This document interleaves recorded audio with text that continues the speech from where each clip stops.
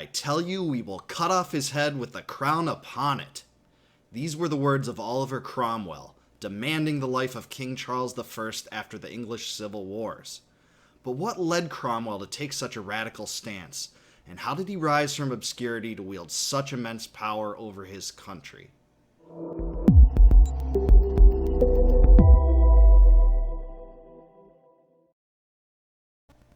Oliver Cromwell was born in Huntingdon, England in 1599. He was related to Thomas Cromwell, the famous advisor to King Henry VIII.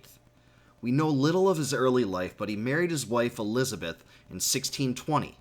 As part of the gentry class, he was elected to the aptly named Short Parliament, where he made almost no impression at all.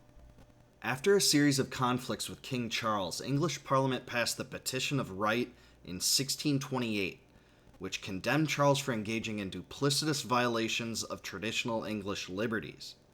The document has since come to be recognized as one of the cornerstones of the English constitutional system.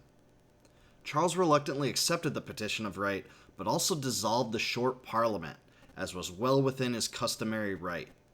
He then ruled England for 11 years during a period known to royalists as the Personal Rule, or to parliamentarians like Cromwell, the 11 Years' Tyranny. After a dispute over the structure of Scotland's church, the Kirk, Charles raised an army himself, hoping to impose an Episcopalian system in the country. After serious military blunders, he begrudgingly called Parliament back again for the purposes of raising revenue to fight what was then known as the First Bishops' War. Cromwell returned to London in 1640, taking his seat in the Long Parliament. After Charles engaged in a new series of tyrannical behaviors, the Long Parliament passed the Grand Remonstrance of 1641, a list of grievances against the king. Refusing to accept the petition, Charles made the unprecedented attempt to arrest 5 of his biggest critics in Parliament. He soon rose a banner of opposition against Parliament, with both factions raising their own armies and forcing almost everyone to choose sides. By joining the parliamentary army, Cromwell sided against the king. Prior to this, Cromwell had no military experience except for minor involvement in his local militia. Cromwell arrived late to the famous and inconclusive Battle of Edgehill, but by 1644 he had risen to the rank of lieutenant general as an effective cavalry commander. Also in 1644, his forces were integral to the parliamentary victory at the Battle of Marston Moor, where he scored perhaps his most important victory. In 1645, the parliamentary army was restructured in several major ways. It would now be composed of professionals, reorganized into nationally oriented divisions, and the government imposed a self-denying ordinance that required all officers of the army with a seat in Parliament to choose between the civil or military position. The New Model Army, as it was called, was populated by many Puritans and other religious dissenters, and Cromwell was second in command. It soon became a force to be reckoned with. After a series of battles over the next year, including the decisive parliamentary victory in the Battle of Naseby, the First English Civil War came to a close. After Parliament failed to secure a political contract with Charles that would diminish his power but allow him to retain the throne, England was once again thrust into another civil war. This transpired as Charles made a secret arrangement with the Scottish Engagers, agreeing to make Presbyterianism the established Church of England for 3 years in return for military support to restore Charles to the English throne. It may have been around this time that Cromwell developed his radical Puritanism, which would come to define the rest of his life. He truly believed that God's providence had condemned the king and his rule over England and approved of the parliamentary cause. His writings from this time are filled with biblical allusions, all of which he related directly to events that transpired in England. Charles's clandestine agreement with the Scots also enraged Cromwell and led him to believe that the king was solely responsible for England's plight. He helped destroy the Engagers and the remaining royalists at the Battle of Preston, marking the end of the Second English Civil War. Parliament again offered settlement terms to the king under the Treaty of Newport, but Charles stubbornly refused to accept them. Under the command of Colonel Thomas Pride, part of the New Model Army launched Pride's Purge, a coup that forcibly removed Charles's remaining supporters from Parliament.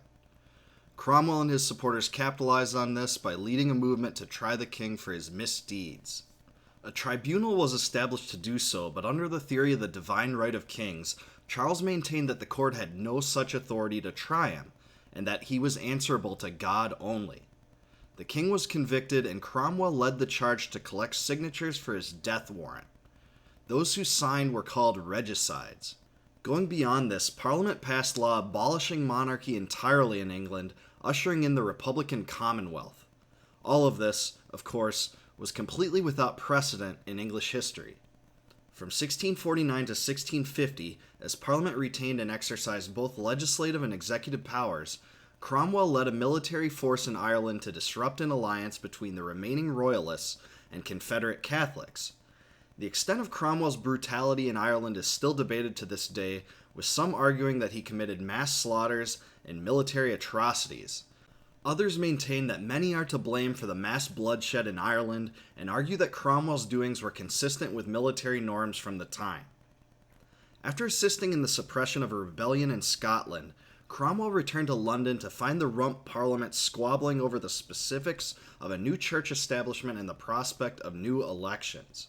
Cromwell gathered his supporters in the army, swarmed into Parliament, and forcibly put an end to its sitting. Cromwell and his supporters crafted the Instrument of Government, the first Republican Constitution of England. When implemented, it gave him executive authority as Lord Protector. During this period, known as the Protectorate, his Parliament lowered taxes, established peace with the Dutch, expanded freedom of religious conscience, reopened England to Jewish peoples of Europe, and assisted France in its ongoing war with Spain. In 1657, Parliament devised a new constitutional settlement, the Humble Petition and Advice, which would create an independent council to advise and check the power of Cromwell and place limitations on England's standing military force. It would also restrict taxing power to Parliament, and most controversially, offered England's crown to Cromwell under a new hereditary monarchy. Cromwell was impressed and interested in giving his assent to the new plan, but wrestled with the question of whether or not to accept the crown for 6 weeks. Ultimately, he determined that God had ruled against the monarchy. Cromwell accepted the Humble Petition and Advice, but convinced Parliament to strike out the clause conferring the crown. In 1658, Cromwell died unexpectedly from an illness. He was then succeeded by his son, Richard, who commanded no respect from either the army or Parliament. Through a concerted military campaign, Royalists launched a successful restoration that brought Charles II, the son of Charles I, to power in England, ending the Cromwellian dynasty. Cromwell's body was dug up in 1661, then hung by chains and thrown into a pit, along with the deceased John Bradshaw and Henry Ireton, who were also regicides. His head was publicly displayed outside of Westminster Hall for several decades thereafter. All things considered, Cromwell was a true enigma of his time. He was a self-styled Puritan crusader who earnestly believed God's providence guided his victories and political decisions. He was legitimately interested in limiting governmental power, but also engaged in some of the same wrongdoing that he condemned King Charles for. He supported religious tolerance to all Protestants, but was radically anti-Catholic. Controversial to this day, he is considered a Republican hero to some and a ruthless tyrant to others. Whatever one thinks, though, it cannot be denied that he remains one of the most important Englishmen in history.